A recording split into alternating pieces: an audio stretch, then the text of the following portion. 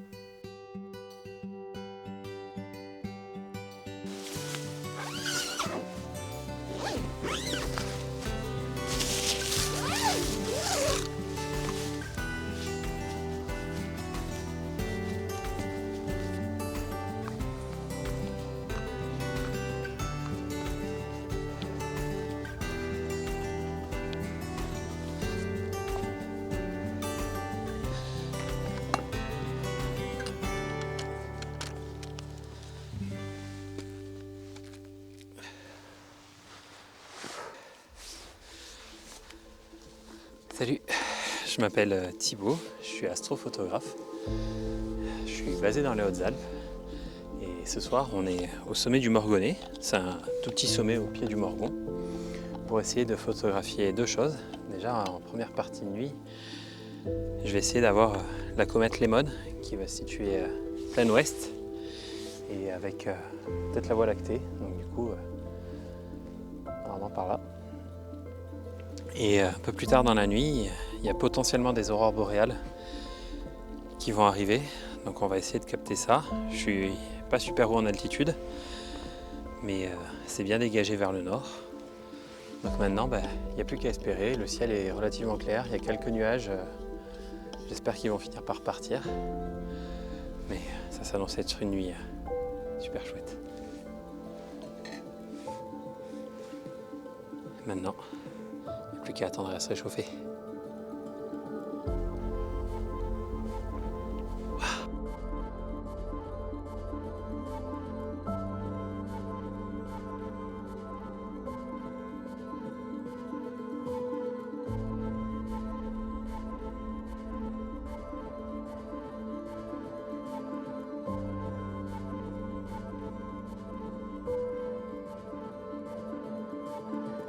L'avantage de faire des bivouacs comme ça à l'automne, c'est que la nuit tombe relativement tôt, relativement vite.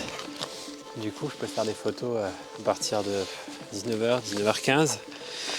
Et que du coup, je peux manger tôt. Et ça, franchement, pour moi, c'est un luxe. Mais c'est pas possible de faire mieux, quoi. Je suis vraiment un mec qui est... J'aime manger tôt, j'aime dormir tôt. Je suis un vieux avant l'heure. Et qu'est-ce que ça fait du bien. Et ce soir, je pense que c'est encore un menu de luxe. Il y a une théorie foireuse qu'on a inventée avec ma petite amie Lisa.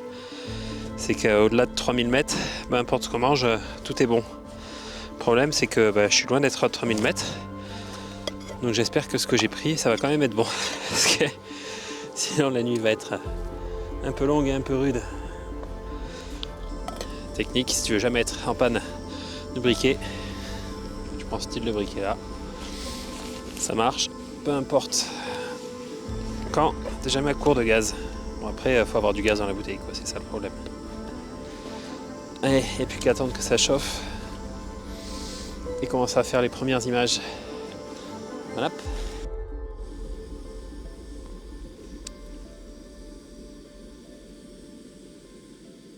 J'ai l'impression de faire un remake du dernier film de Michael Herzog qui s'appelle Éphémère, où il part en bivouac et il goûte un plat où il a oublié le sel et le poivre. J'ai beau avoir fait le film, je fais la même erreur. Et tout comme lui, c'est insipide. Ça va être un repas génial. Bon, la première partie de la nuit s'est super bien passée. Bon, pour la comète, ça va être un peu compliqué. Elle est assez basse sur l'horizon et il y avait quelques nuages, mais bon, on va voir. J'ai essayé de faire ça. Là, en fait, il est relativement tôt, il est à peine 20h, mais je vais aller dormir parce que s'il y a des aurores boréales, c'est vers 3-4 heures du matin. Donc autant en profiter pour dormir un peu et voir ce que donne cette première nuit sous la tente en automne avec un duvet pas très chaud.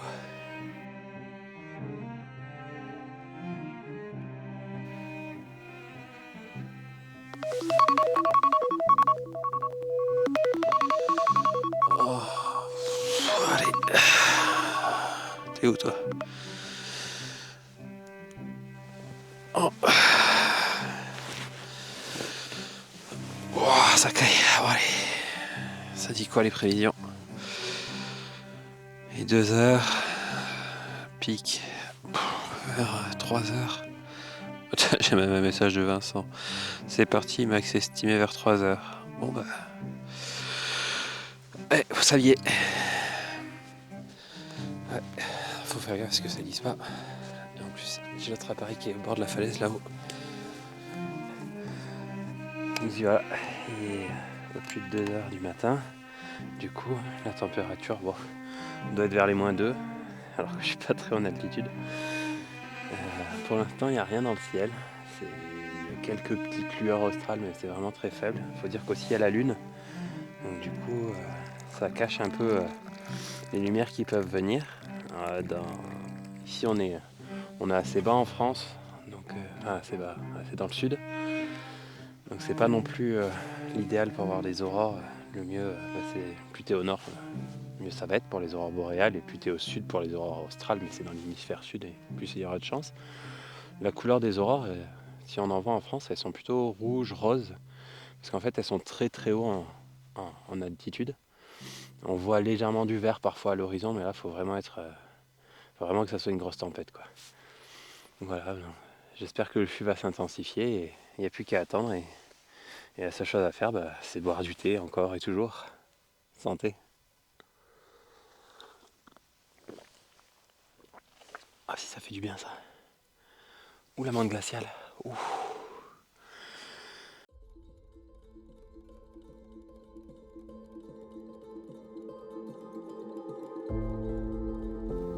Ah, donc ce qu'on veut voir, ces petites lumières rouges-roses là. Bon, les ISO ils sont au max. Je crois que je suis à plus de 102 000 ISO pour pouvoir vous filmer quelque chose, donc la qualité va être exécrable. Mais c'est pas grave. On voit bien les petits piliers. C'est en train de se réactiver. Là, il est à 3h30. Mais c'est superbe à voir. À l'œil nu, malheureusement, avec la lune, j'avoue, on voit à peu près ce que vous voyez là. Mais alors, quand je fais les photos, c'est magnifique.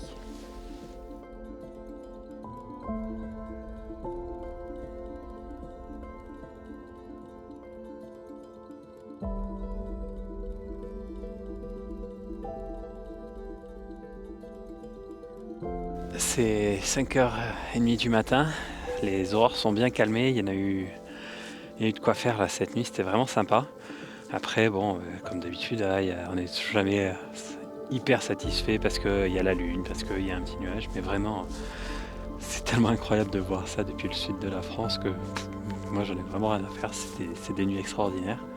Et le mieux, c'est que normalement, ça recommence demain. Donc, il va falloir remplir les batteries, vider les cartes mémoire, dormir un peu, manger. Et puis, cette fois, aller plus loin, plus haut, pour essayer d'avoir un joli spectacle.